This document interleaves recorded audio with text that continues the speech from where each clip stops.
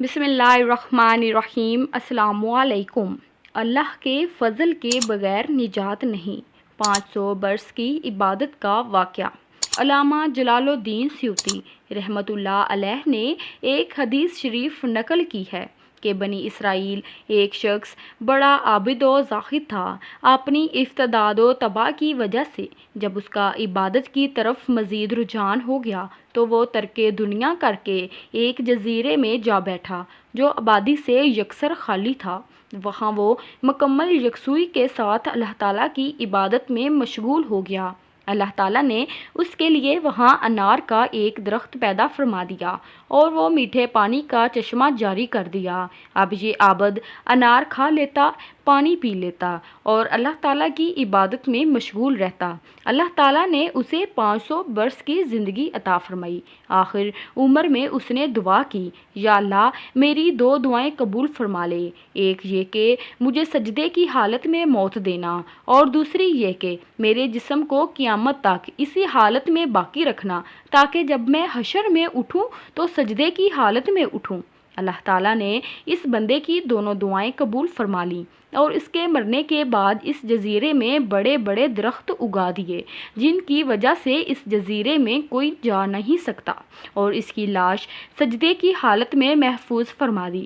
حضور اکرم صلی اللہ علیہ وآلہ وسلم فرماتے ہیں کہ اب حشر میں یہ شخص سجدے کی حالت میں اٹھ کر آئے گا اور اللہ تعالیٰ اس سے فرمائے گا، اے میرے بندے، اب تو میرے فضل و کرم سے جنت میں چلا جا۔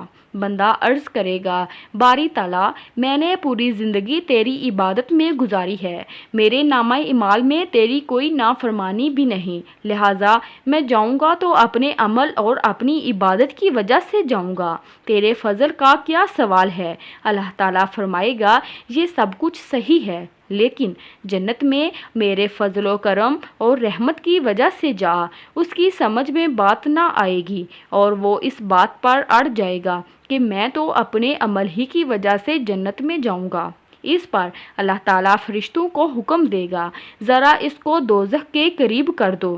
اب جو دوزخ کی تپش محسوس ہوگی وہ العطش العطش پکار اٹھے گا۔ فرشتوں کو حکم ہوگا کہ اس کے سامنے پانی کا کٹورا پیش کرو۔ وہ کٹورے کی طرف ہاتھ بڑھائے گا تو کہا جائے گا کہ اس پانی کی قیمت 500 برس کی عبادت ہے، خرید کر پینا ہے تو خرید کر پی لے۔ چنانچہ وہ 500 برس کی عبادت دے کر ایک کٹورا پانی پی لے گا، لیکن تھوڑی ہی دیر بعد اسے پھر شدید پیاس لگے گی اور وہ العطش العطش پکارنے لگا۔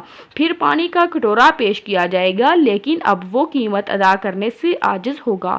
پوچھا جائے گا، بتا جنت میں اب کیسے جائے گا؟ تیرے پاس تو اب کچھ بھی عمل نہیں ہے، دنیا میں جتنے کٹورے پانی پیتا رہا ہے اس کا حساب دے، جتنے انار کھائے ان کے ایک ایک دانے کا حساب دے۔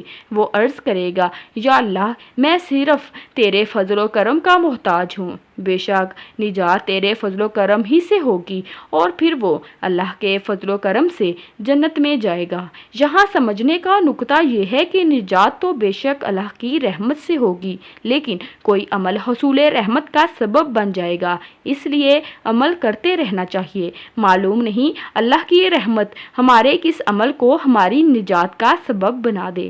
غرور و تکبر صرف روپے پیسے اور مال و زر کا ہی نہیں ہوتا، حسن کا بھی ہوتا ہے، جاہ و مرتبے کا بھی ہوتا ہے، علم کا بھی ہوتا ہے، رنگ و نسل اور حسب و نسب کا بھی ہوتا ہے، عبادت کا بھی ہوتا ہے اور اسی اعمال صالح کا بھی ہوتا ہے، تاکہ ہم بڑے نیک ہیں، پارسا ہیں، متقی ہیں، پرہیزگار ہیں، وغیرہ وغیرہ، لیکن دراصل ہمارے اعمال صالح کسی لائق ہیں نہیں۔ بس یہ ہے کہ اللہ تعالیٰ اپنی شان رحیمی کے صدقے ان اعمال کو قبول فرما لے گا۔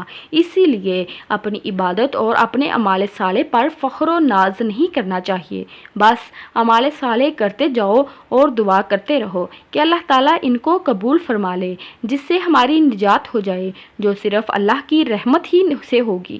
اللہ تعالیٰ ہم سب کو فکر صحیح کی توفیق عطا فرمائے، آمین یا رب العالمین۔ لائک، شیئر، سبسکرائب کریں۔